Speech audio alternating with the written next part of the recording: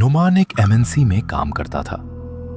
रोज अपने ऑफिस आते वक्त वो एक पुराने सुनसान रास्ते से निकलता था।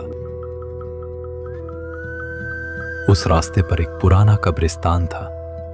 लोहे का जंग लगा गेट, सूखे पेड़, टूटी दीवारें।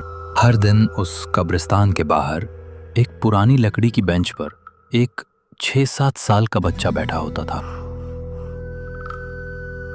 न हिलता न बोलता, बस नुमान को चुपचाप घूरता रहता। उसकी आंखें गहरी, बुझी हुई और चेहरा बिल्कुल भावहीन।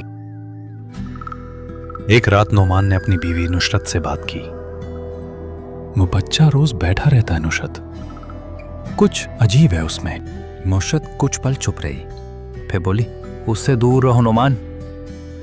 उस रास्ते से रोज निकलना एक बात है, पर उसमें उलझना मत।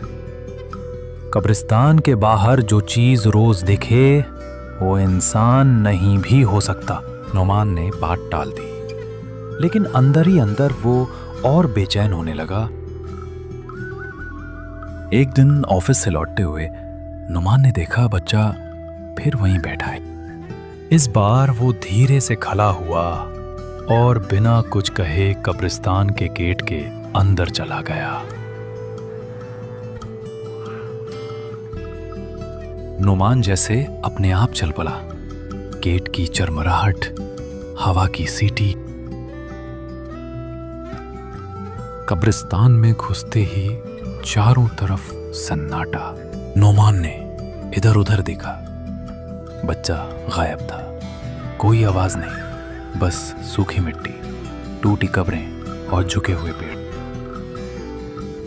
अचानक हवा तेज चलने लगी, पत्ते उड़ने लगे और तभी उसकी नजर ऊपर गई। एक सूखे पेड़ की शाखा पर वही बच्चा उल्टा लटका हुआ था।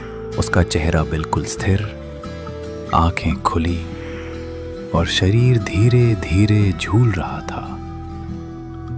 नुमान डर के मारे पीछे हटा, भागने के लिए मुड़ा। जैसे ही नुमान भागा, सामने वही बच्चा खड़ा था। अब वो पहले से ज्यादा डरावना लग रहा था। उसकी आंखों में सिर्फ अंधेरा था, बिल्कुल चुप।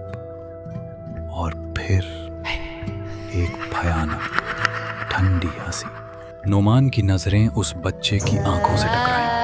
वो आंखें बिल्कुल काली थीं, गहराई नहीं, जैसे एक अंतहीन कुआं या मौत का दरवाजा। जैसे ही नुमान ने उनमें झांका, उसके शरीर में झटका सा लगा। उसका पूरा बदन कांपने लगा, जैसे रूह तक जंग गई हो। नुमान ने पूरी ताकत से खुद को खींचा। वो पलटा और कब्रिस्तान के गेट की तरफ दौड़ पड़ा।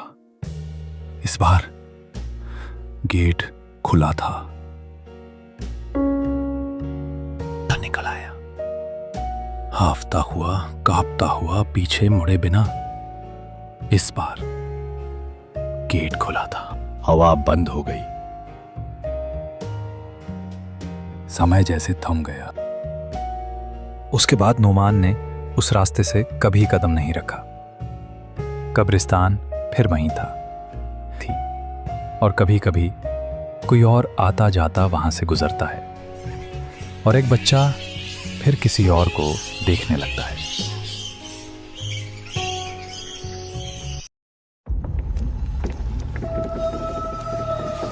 दोस्तों, ऐसी ही और भी डरावनी कहानियों के लिए हमारे चैनल को सब्सक्राइब करें और देखते रहिए हॉरर संडे की स्पाइन चिलिंग स्टोरीज।